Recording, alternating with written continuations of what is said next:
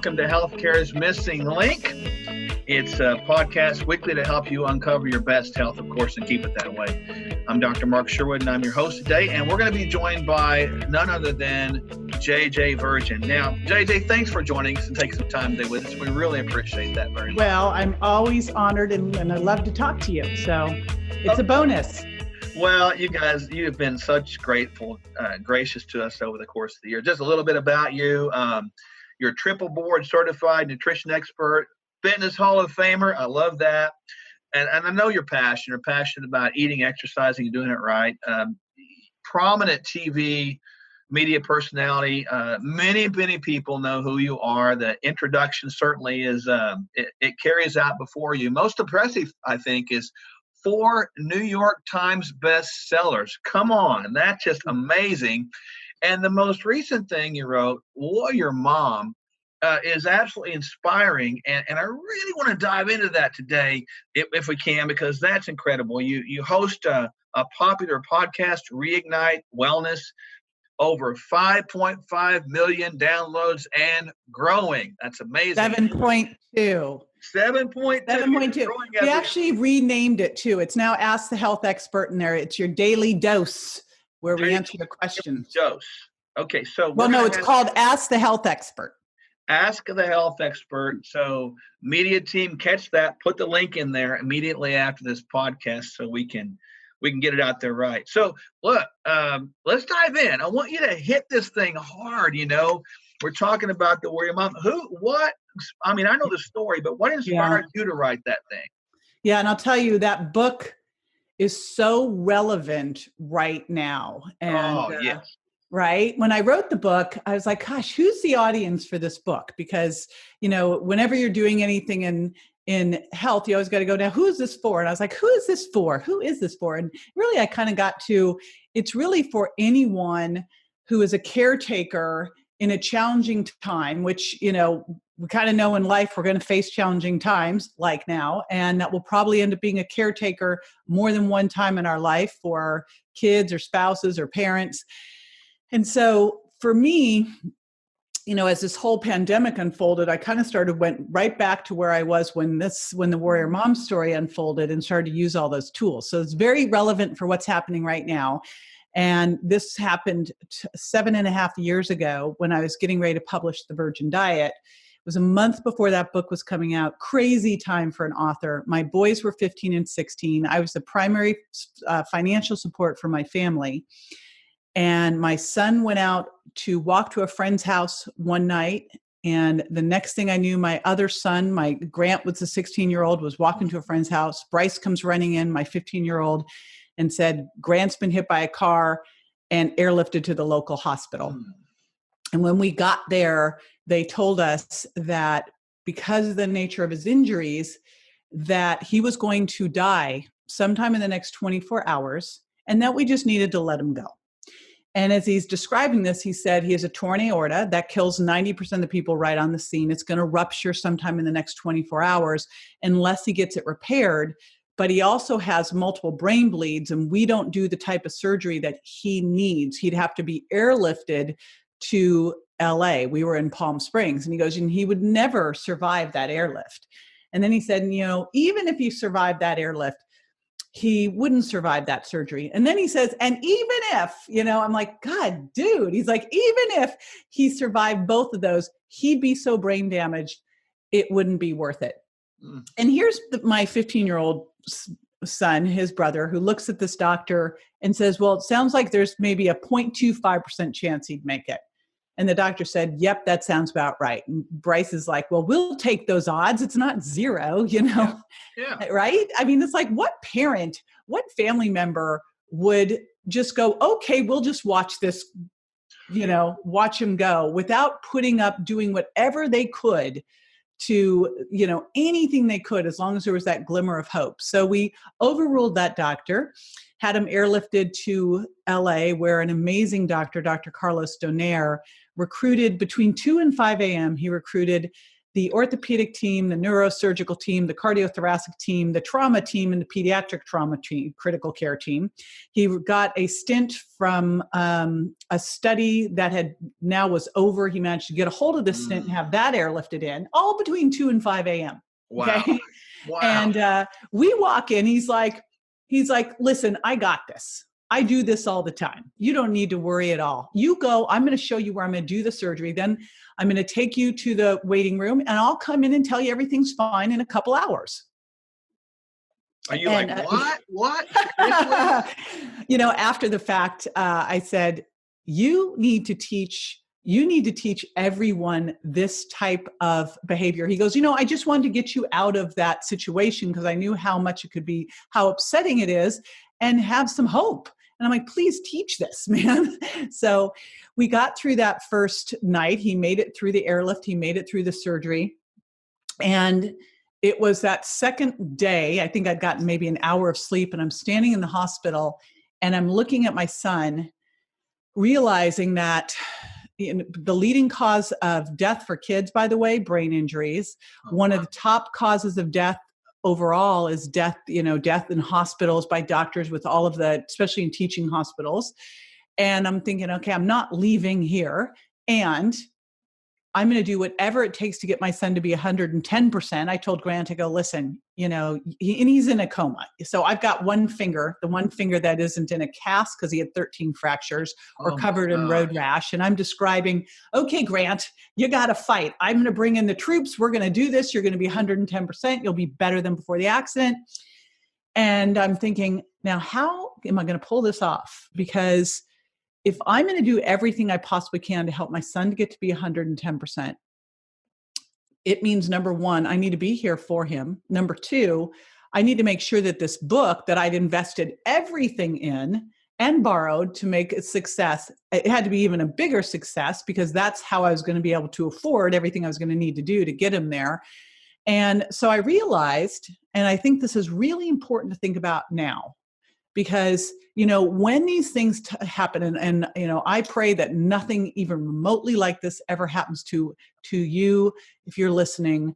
But when challenging things happen, sometimes we have this tendency to just kind of retreat and give up, and here I went, all right, I'm going to ask the right question. How do I get my son to be 110%? I'm going to take steps every single day. And the first thing that I know that I have to do, which is counterintuitive, is make sure that I stay healthy. I had to put my self-care at the top of the list because I realized, in an ICU, I had to go in there. I had to put on all that personal protective equipment. I had to put on the mask and the gown and the gloves. I had to wash up every single time. You couldn't go in with a sniffle. So I was getting my sleep every night. I'd leave the hospital between 8 and 9. I'd get to the hospital in the morning between 6 and 7 a.m. I'd go home. I was staying at a little hotel 5 minutes away, go to sleep. I would do exercise during the day. I found a gym a quarter mile away, or a lot of times I couldn't leave, so I just run up and down the stairs. Yep. I got food from Whole Foods.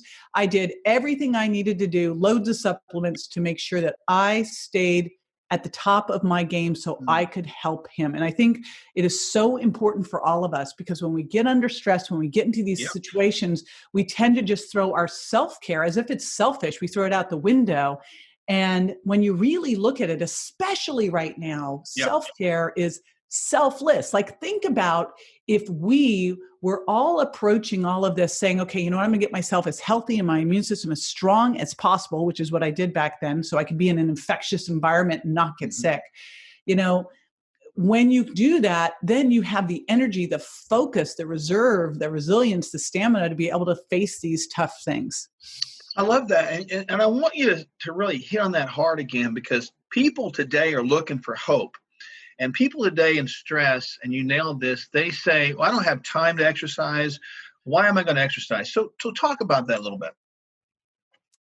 So hope is actually all around us, right? You just have to look for it. I really believe that thoughts create, and we get what we believe. And so just like with Grant, the first doctor gave us was like, let him die, let him die, let him die. Yeah. all we needed was the slightest sliver of hope, the littlest Mm. glimpse of light to go, okay, all we need to do, we need to get him through the airlift. Then we need to get him through the surgery. Then we need to get him, get his brain to start to reduce its inflammation so we can get him to wake up. Like it was just like, what do we need to do next? What do we need to do next? What do we need to do next? And I had a great mentor early on and said, people say that they're too busy to eat healthy. Yeah. They're too busy to exercise, that they don't have time. And he goes, you know what I tell them? Make time, because here's what, we vote with our wallet and we vote with our time. Those are the two things that we do. And so I don't buy that I don't have time, because you look at someone's day and it's like, okay, are you on social media? Right? I pretty much could guarantee that we could just decide that you're not going to be in social media, or you're not going to be in line to the coffee shop. Like there's always places to find time. The challenge is you haven't made you the priority. That's the problem. I love that. And that story is a miracle, ladies and gentlemen, just an absolute miracle. Someone that said, given no hope, you watched that and you were with that and you were in that. What did that do to your mindset? I mean, I'm sure it permanently altered you, but how has that affected you from that time forward? So I love Carol Dweck from Stanford's work about growth versus fixed mindsets. Now, I was lucky at the age of 30, I had an amazing mentor. And people kept telling me, how did you get through that? And I will tell you, Mark, I was like, I don't know. And I wrote even the whole book, not realizing where any of that came from. And then all of a sudden I was doing an interview one day and someone said, how the heck did you learn all that? And I go, oh my gosh. At age 30, I had this amazing mentor who was going to train me how to be successful in business. And I sold my then personal training business and moved into her house. And she was going to be my mentor. And she, the first day, put rubber bands around my wrist. And she said, whenever you have a limiting belief or a negative thought, snap your wrist. Wow. And I'm thinking, I just sold my business and I moved across the country. I have literally made a big mistake. And she just told me, she goes, you know what? You're not ready. The business is the easy part. Just like whatever it is. The weight loss program's the easy part. If you don't have the mindset, and I saw it so often when I was working one-on-one with people in health, is someone would come in, they'd want to lose weight. We'd start getting them to where they want to be. They'd lost 30 pounds. They felt great. And then boom, they'd sabotage themselves because in their mind, they hadn't first seen themselves there, believed they were worthy, gotten that why, instead of the why not. They hadn't gotten that there first. And so it was so clear back then that if I didn't dial in this mindset of possibility, that I could never go and do the things that I wanted to do in life. I could never have the kind of success, the impact that I was craving. And so fortunately, I had had that training under my belt, and I had had the amazing research and development of life, right? And, we look at things and in the fixed mindset, you think, oh my gosh, I'm a victim. Those things happen to me. Mm-hmm. And a growth mindset says, there are no victims, only volunteers, and life doesn't happen to you. It happens for you and through you. Ooh, and so prior to this, right? So prior to this, I had gone through a horrific divorce. My dad had died this bad, slow death of cancer. Uncle committed suicide. Like this was not, aunt was murdered. Like this was not, brother schizophrenic. No. This was over a period of years. But what I'm saying is every time one of those things happen, you have a choice. Yeah. You have a choice. You can either fold, crumple, be a victim, or you can say, I'm going to process this. I'm going to go through forgiveness. And then I'm going to come out of this stronger, because if mindset's a muscle, then, hey, I go to the gym to get stronger. I have to work my mindset. I have to learn the skills so that when life gets hard and challenging, because that's one thing we know for sure will happen, we are going to face challenges. And it's how we show up during those times that makes all the difference. Dr. Wayne Dyer, he says, if you squeeze an orange, what do you get? You get orange juice. Look what's happening right now, Mark. Yeah. Look at how people are reacting. I'm like, look at what's happening when you're squeezed. And don't just tell me, oh, it's because I'm under stress. No, that's in there. That you being creepy, you know, Yeah, yeah, like, yeah. that's when you have to practice for it. The tough times. Anyone can show up and be kind and sweet when the sun is shining and someone just handed them a Gucci purse full of money. Yeah, That's not hard, yeah. It's hard when things are difficult and challenging, and maybe you didn't get the raise or the whatever, or someone's in your family is sick. That's when the Mhm. challenge is to show up. Well, I've observed you over the years, and you're one of the most strongest mindset people that I have ever met. And it emanates through everything you do. And it emanates in the book Warrior Mom, of course, the 7 secrets to bold, brave resilience, and your stories and all that. How do you, or what would you say to someone that says, I want to develop that? How do they go about getting that? So I'll go back to being with Kay, and it's very interesting because you have to be actively doing this every single day, because when you look at it, and gosh, it's no more true than now, we are surrounded, if we are not careful and we don't totally control our environment, we are surrounded by victims and negativity, Yeah, right? agreed. And so one of the first things Kay taught me to do was fiercely control my environment, who I spoke to, what I read, what I listened to, and to be really careful about what I put into my mind, right? Trash in, trash out. So to fiercely control my environment.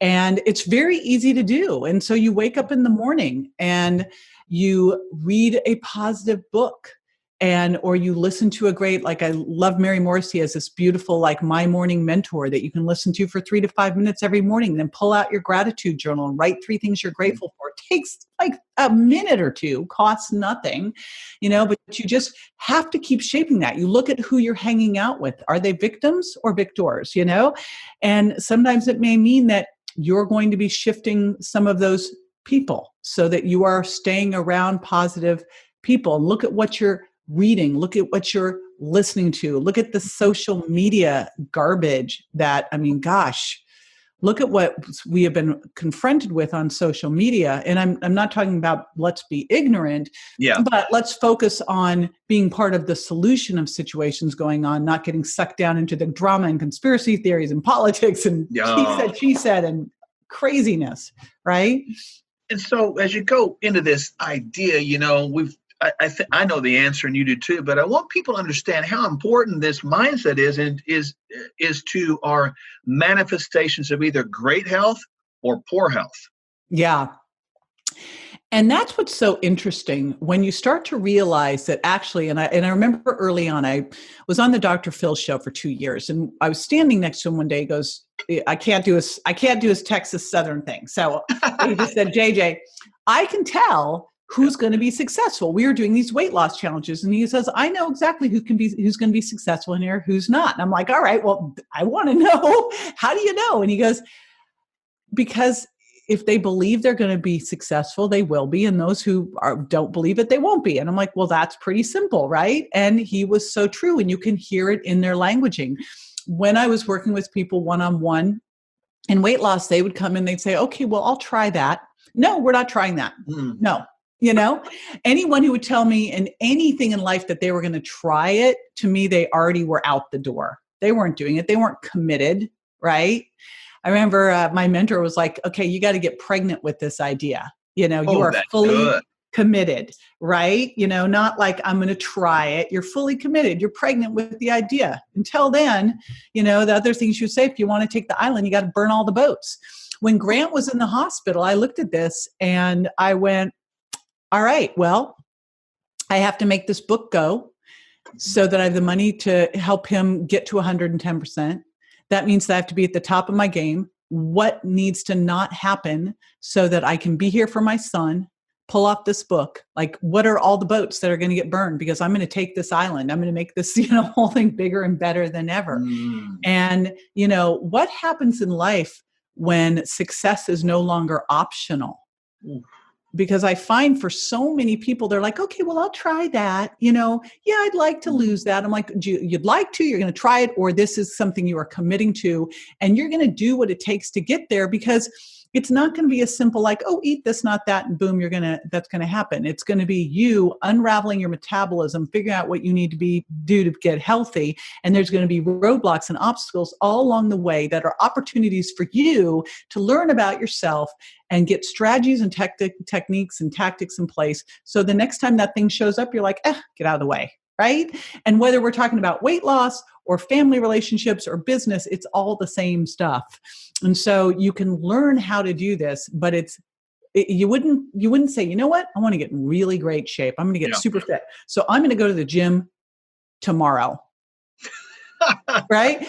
It's the same with your mindset. If you accept the notion that your mindset's a muscle, then you know that this is something that needs to be regularly worked out. And then you also look at the crappy, challenging, most difficult situations in a very different light, because you realize when you come through those, you're practically invincible. You're fearless. Like, at this point, having gone through some of the stuff I've gone through, it really takes a lot to rattle me. So it's an unwillingness to retreat. It's an unequivocal decision to go forward. It's this relentless pursuit that you know you're going to win. Would that be accurate? You just have to make the decision, like have that hill you'll die on. Like my son getting to 110%. Hey, there's a whole lot of stuff I can't control. I couldn't control if he was going to survive the airlift, if he get through the surgery.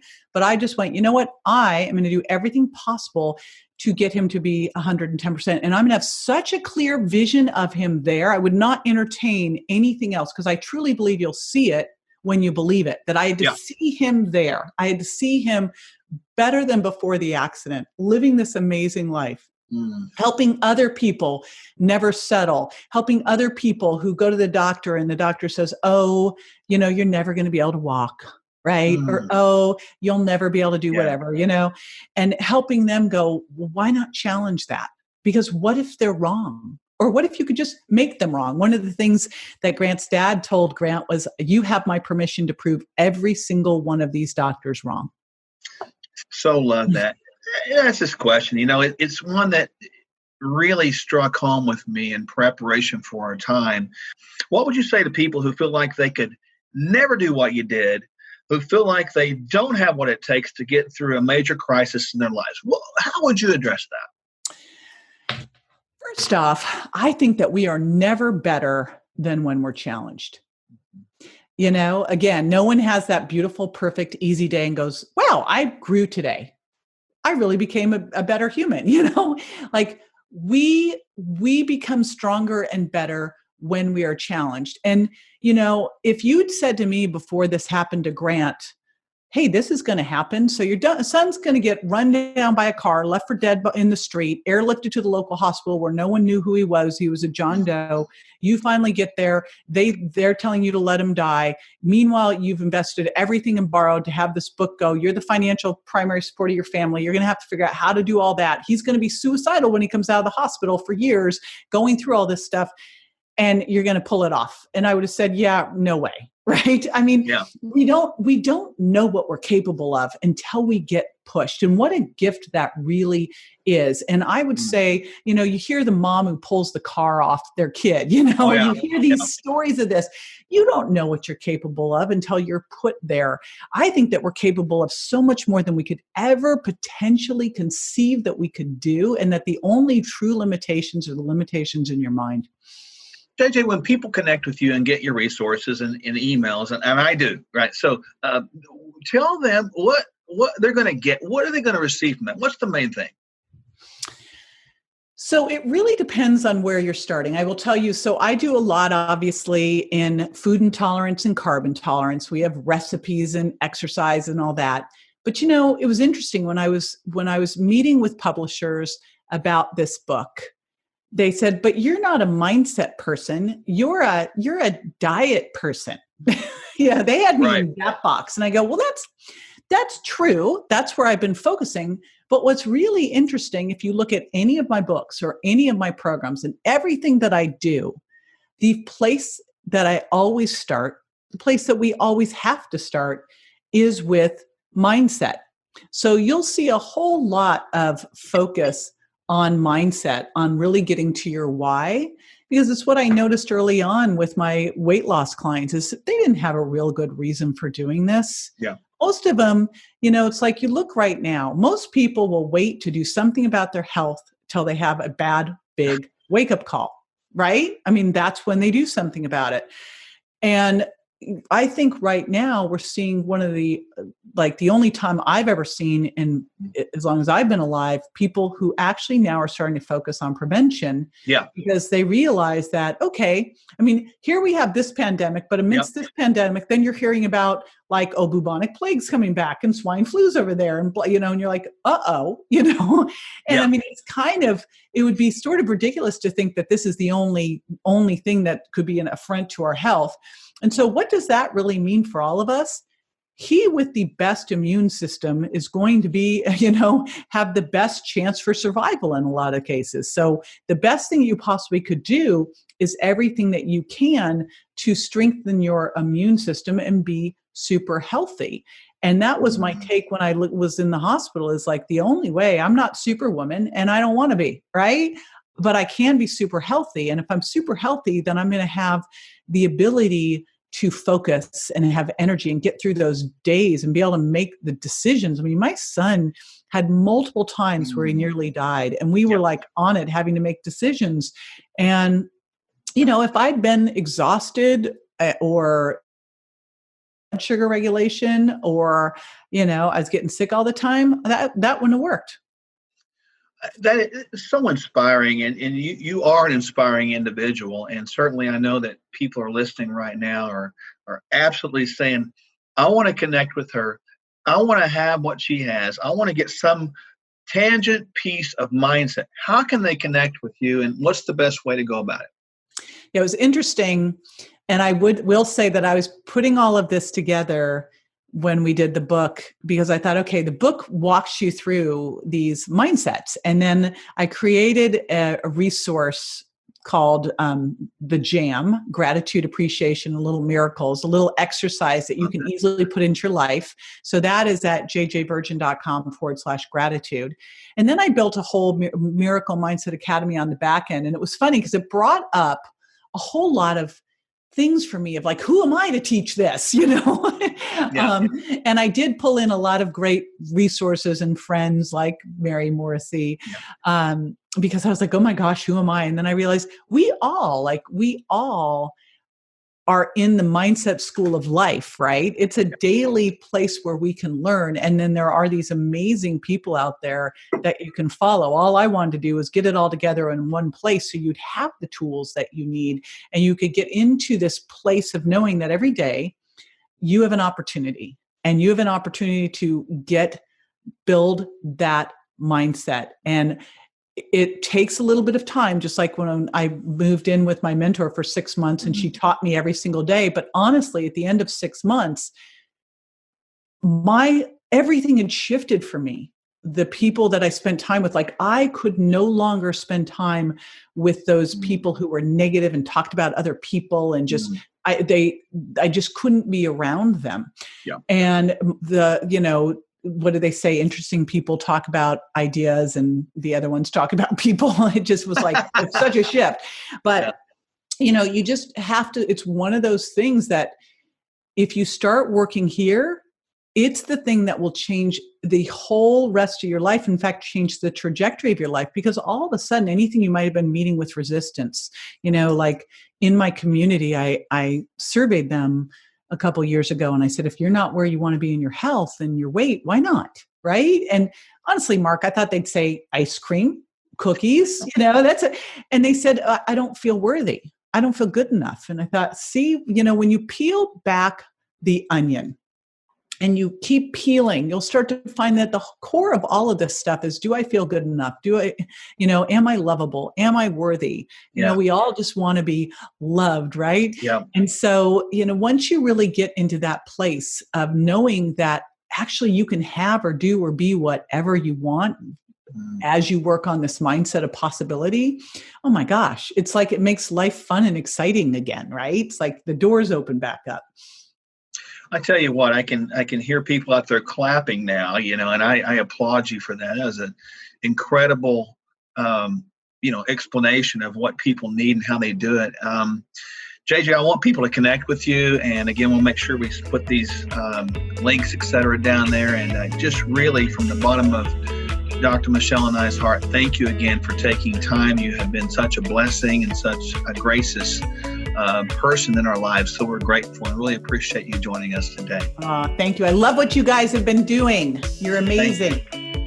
Well, thank you everyone for joining us today. Really appreciate this. There's one thing I always ask you to do is subscribe to these podcasts for just to know what's coming up next. And so you work very hard for your health. Use this information to keep you at the epitome of health to experience life in its fullest. We'll see you next week on Healthcare's Missing Link. Bye-bye.